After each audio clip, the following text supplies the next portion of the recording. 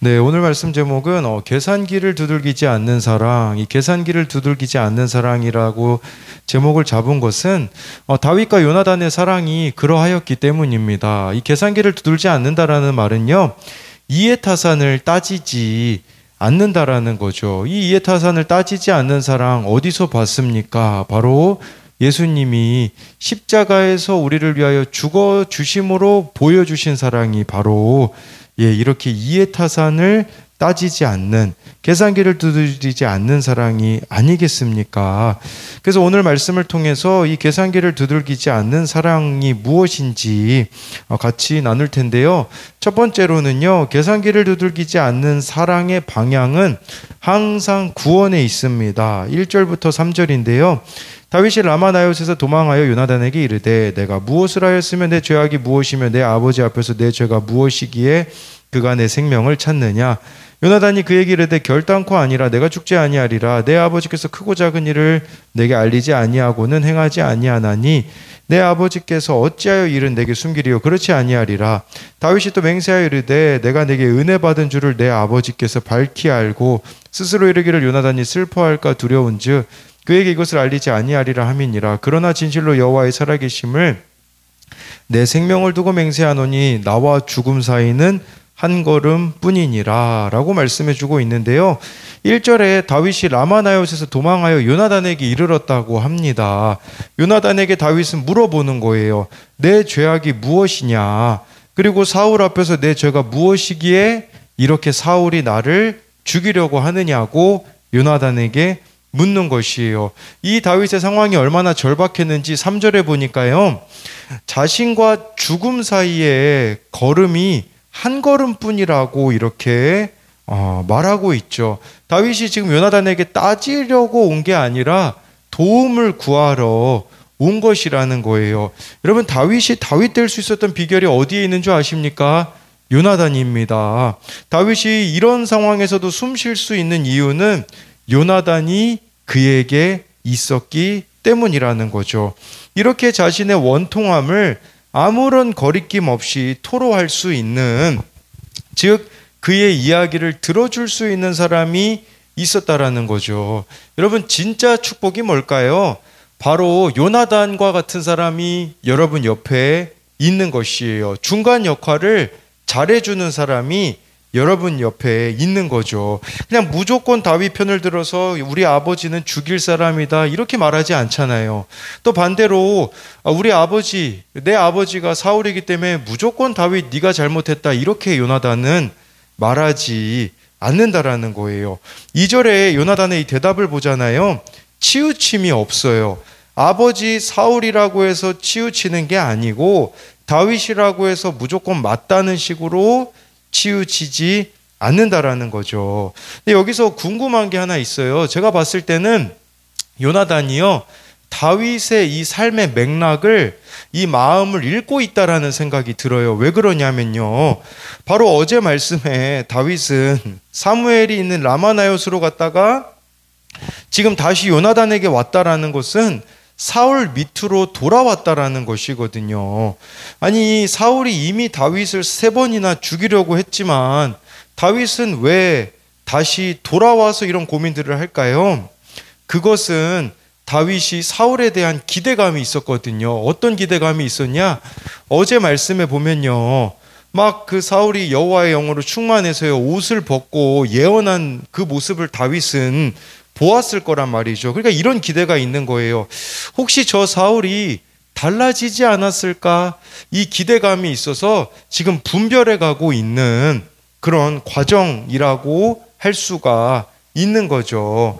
근데 우리가 여기서 확인할 수 있는 것은 많은 사람이 한 번에 사람이 변화되기를 기대하지만 한 번에 변화될 수 있을까요?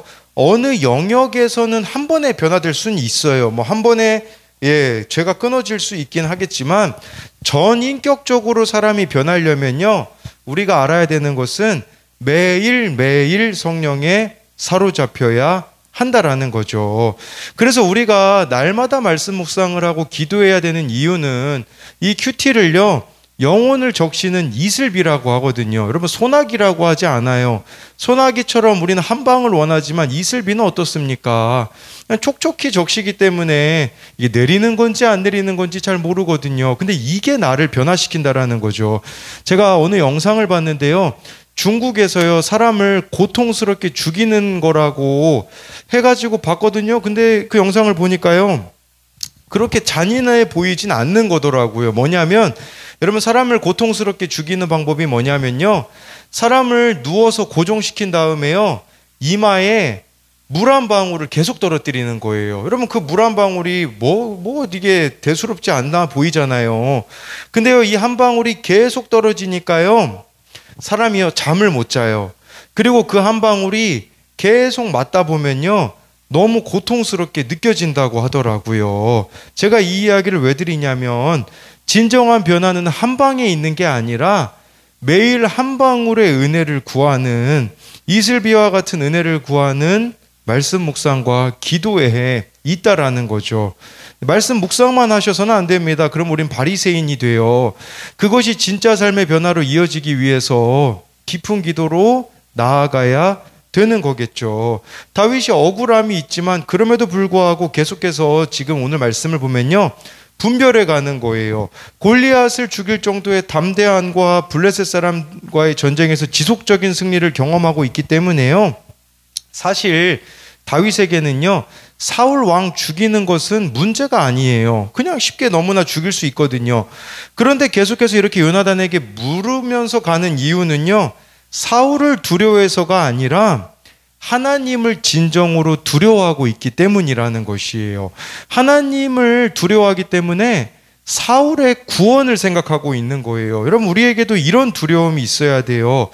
사울의 구원이 이루어질 수 있는데 혹시 내가 포기하고 떠나는 것은 아닌가? 정말 다윗은 사울의 이 구원을 생각하고 있다라는 거, 그리고 요나단이 그것을 읽고 있다라는 것을 이 말씀을 통해서 볼 수가 있는 것이에요. 그래서 이것에 대한 두 가지 적용 질문은요, 내가 토로하고 싶은 억울함이 있다면 무엇입니까? 내가 쉽게 단정하지 말고 수고하여 분별해야 할 일은 무엇입니까? 지금 다윗이 사울을 죽이지 않고 분별해 가고 있는 이것을 묻고 있는 것이죠. 또 한 가지는요, 나를 힘들게 하지만 내가 구원을 위해 기도하고 섬겨야 할 사람은 누구입니까? 이건 여러분들의 사울이 누구인지를 묻는 질문입니다. 두 번째로는요, 계산기를 두들기지 않는 사랑은 자기 객관화가 이루어지게 합니다. 12, 13절인데요. 요나단이 다윗에게 이르되 이스라엘의 하나님 여호와께서 증언하시거니와 내가 내일이나 모레 이맘때에 내 아버지를 살펴서 너 다윗에게 대한 의향이 선하면 내가 사람을 보내어 내게 알리지 않겠느냐. 그러나 만일 내 아버지께서 너를 해치려 하는데도 내가 이 일을 내게 알려주어 너를 보내어 평안히 가게 하지 아니하면 여호와께서 나 요나단에게 벌을 내리시고 또 내리시기를 원하노라. 여호와께서 내 아버지와 함께 하신 것 같이 너와 함께 하시기를 원하노니. 제가 따로 설명은 안 드렸지만 지금 다윗과 요나단이요, 사울이 다윗을 여전히 죽이려고 하는지 아닌지 확인하기 위해서요, 둘이 사인을 맞췄어요. 그 사인은 뭐냐면, 이제 내일이 초하루인데 유대인들은요, 이 월삭을 거의 안식일처럼 간주하여서 이렇게 지켰거든요. 근데 이 월삭은 가족들끼리 모여가지고 이렇게 음식을 나누어 먹기도 했는데, 근데 이날은요, 왕이 신하들과 함께 제물을 드리고 음식을 나누어 먹는 겹치는 날이었어요. 그러니까 가족 행사와 이제 왕의 이 행사가 겹쳤을 때 다윗이 가족에게 갔다고 이야기를 했을 때 이제 사울이 거기서 화를 내면 다윗을 죽이려고 하는 것이고, 화를 내지 않으면 다윗을 미워하는 마음이, 죽이려는 마음이 없는 이 반응을 보자라는 거거든요. 그래서 이렇게 약속을 하는데 12, 13절에 보면 여호와 이스라엘의 하나님의 이름을 걸고 이들이 하나님 앞에서 약속을 했다라는 거죠. 그리고 13절에요, 사울 왕이 다윗을 죽이려고 하는 것을 요나단이 자기가 말해주지 않는다면요, 나 요나단에게 벌을 내리시고 또 내리시기를 원하노라, 이렇게까지 요나단이 약속을 해요. 이건 뭐냐면 자기에게 저주함으로 자기 맹세를 더 강력하게 만드는 표현법인데요. 그러면서요 13절 마지막에 보면요, 여호와께서 내 아버지와 함께 하신 것 같이 너와 함께 하시기를 원한다 라고 말하거든요. 요나단이요 알고 있었던 거예요. 뭘 알고 있었냐면요, 사울을 이어서 왕이 될 사람은 아들인 자신이 아니라 다윗이라는 것을 알았다라는 거죠. 저는 이 말씀이 또한 이 요나단이요 자기 아버지에 대한 기대감이 있었던 것으로 볼 수 있어요. 내 아버지와 다시 하나님이 함께해 주시기를, 정말 내 아버지가 변화되기를 이렇게 갈망하는 요나단의 마음이 여기에 담겨져 있는 것이죠. 여러분 13절의 이 말씀은요, 요나단이 자기에 대하여 자기 객관화가 이루어졌다라고 볼 수 있어요. 여러분 자기 객관화가 이루어지는 사람은요 욕심을 부리지 않습니다. 지금 요나단이 이 왕이 될 거에 대한 욕심이 없는 것이죠. 여러분 충분히 요나단이라면 왕의 자리를 욕심 부릴 수 있지 않겠습니까? 자기 객관화가 이루어지는 사람은요 욕심을 요나단처럼 가지치기에 가거든요. 제가 지난주 화요일에 마지막 양육교사 교육을 받는데 욕심을 가지치게 하는 방법을 가르쳐 주셨거든요. 그게 뭐냐면, 여러분 욕심을 가지치게 하려면요 우선순위를 분명히 하면 된대요. 예를 들어서 아내에게 있어서 우선순위는 누구죠? 남편이죠. 남편, 자녀, 부모님, 이 우선순위를 정확히 정하잖아요. 그러면 내가 하지 못할 일이 생길 거라고 이야기를 하시더라고요. 하지 못하는 일에 대해서는요 그냥 욕을 먹으면 된다고 하시더라고요. 이게 욕심을 가지치게 하는 방법이에요. 요나단에게 우선순위는 하나님께 있었기 때문에 왕의 자리가 그렇게 중요하지 않은 것이에요. 근데 우리 삶에는요 왜 이렇게 중요한 것들이 그렇게 많을까요? 그 이유는 하나님이 우선순위가 되지 않기 때문에 욕심들이 자리들을 잡고 있어서 그렇다라는 것이죠. 14절부터 17절을 보면요, 너는 내가 사는 날 동안에 여호와의 인자하심을 내게 베풀어서 나를 죽지 않게 할 뿐 아니라 여호와께서 너 다윗의 대적들을 지면에 다 끊어버리신 때에도 너는 내 인자함을 내 집에서 영원히 끊어버리지 말라 하고, 이에 요나단이 다윗의 집과 언약하기를 여호와께서는 다윗의 대적들을 치실지어다 하니라. 다윗에 대한 요나단의 사랑이 그를 다시 맹세하게 하였음니 이는 자기 생명을 사랑한 같이 그를 사랑함이었더라. 14절 말씀에 보면요, 요나단은요 아버지와 다윗 사이에서 인본적인 선택을 하지 않습니다. 그래서 여호와의 인자하심을, 또 다윗의 인자함을 구하고 있는 거죠. 이거는 변하는 인간의 사랑이 아닌 하나님의 변함없는 신실한 사랑을 의지하고 있는 것이에요. 그래서 요나단이요 자기가 사는 날 동안에 여호와의 인자하심을 베풀어 나를 죽이지 말아달라고, 그리고 15절에 자신의 집을 영원히 끊지 말아달라고 해요.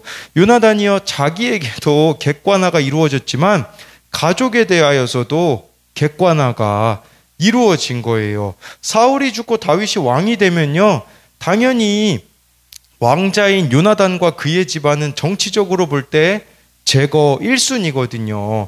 온 집안이 죽임을 당하는 것을 피하기 어려운 것을 알고서는 이렇게 다윗하고 언약을 맺는 거죠. 이 요나단의 발언을 가지고요 어느 학자는 고대의 근동의 정서와 맞지 않는다라고 말한 학자가 있더라고요. 왜냐하면 아버지의 권위를 무시하는 철부지 자식으로 요나단을 보기 때문이거든요.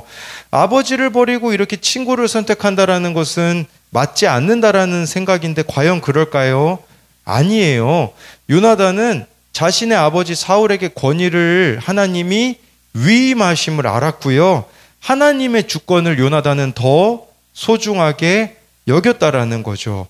그는 철저하게 하나님의 관점으로 세상을 바라보고 있었던 거예요.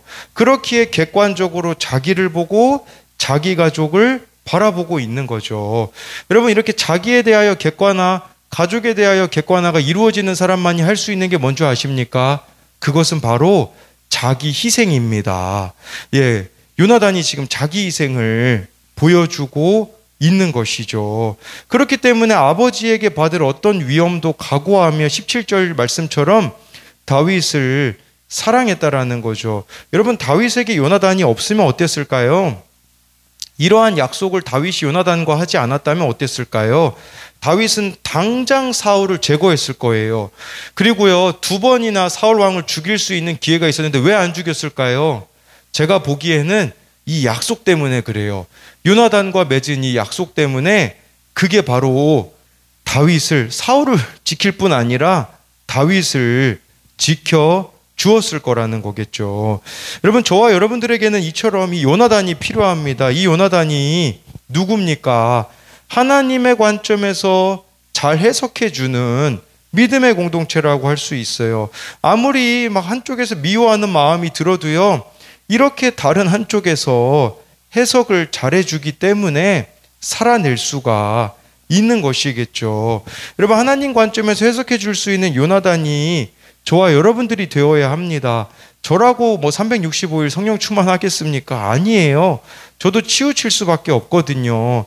그렇기에 저도 공동체에 물어가는 거예요. 어떻게 하면 사랑을 할 수 있을지 물어가며 기도 요청을 하면서 가는 거죠. 제가 2주째 계속해서 기침이 나서 저는 주변에서 이제 기침에 대해 지적할 때 저에게는 문제가 없는 줄 알았거든요. 인정하고 싶지 않아서 그랬어요. 그래서 어제는 마산 지역에서 괜찮다는 이비인후과를 갔는데 그 의사 선생님이 제가 무엇을 잘못하고 있는지 분명히 이야기하시더라고요. 먼저는 이대로 가면 천식이 될 수 있다고 하셨어요. 그러면서 저에게 분명하게 이야기하신 것은 비염이 있기 때문에 마스크를 쓰라고, 가능하면 잘 때도 면 마스크를 쓰라고 하시더라고요. 근데 그 이야기를 듣는데 제가 왜 기침이 안 멎는지 알겠더라고요. 이렇게 기침을 하면서 밖에서 종종 뛸 때는 마스크를 안 했거든요. 그러니 자기 객관화가 이루어지면서 저를 고쳐가게 되더라고요. 여러분, 마찬가지로 저와 여러분들에게 요나단과 같이 자기 객관화가 이루어지게 하는 이 공동체가 있다는 것은 축복이라는 거죠. 그리고 요나단과 같은 사람은요, 분명히 여러분에게 자기 객관화뿐 아니라 자기 희생을 하게 해줄 것이라는 거예요. 17절처럼 요나단이 자기 생명을 사랑한 같이 다윗을 사랑하기에 희생적인 사랑을 하는 것 같이 정말 저와 여러분들 가운데에 이처럼 말씀을 통해 자기 객관화가 이루어져서 자기 희생을 하는 그 한 사람이 되기를 소망해야 하는 거죠. 여러분, 요나단이 나중에 어떻게 됩니까? 사울 왕과 같이 죽지 않습니까? 저는요, 요나단이요, 끝까지 자기 아버지 그 구원을 위해서 수고했다는 생각이 들어요. 정말 그 아버지 옆에서 끝까지 자기 희생을 하는 이 요나단이 참 저와 여러분들이 되었으면 좋겠습니다. 그래서 이것에 대한 적용 질문은요, 나에게는 아무 문제가 없다고 생각하고 있는 것이 있습니까? 그 가운데 이루어져야 하는 자기 객관화는 무엇입니까? 또 한 가지는요, 내 사랑은 말씀에 근거한 자기 희생의 사랑입니까? 아니면 이기적인 사랑입니까?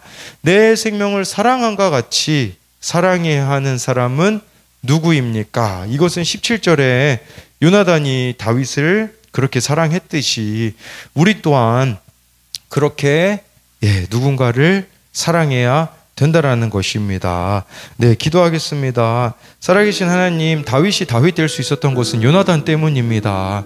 정말 요나단이 아버지도 사랑해야 되고 정말 동역자인 다윗도 품어야 되는데 얼마나 난처했겠습니까?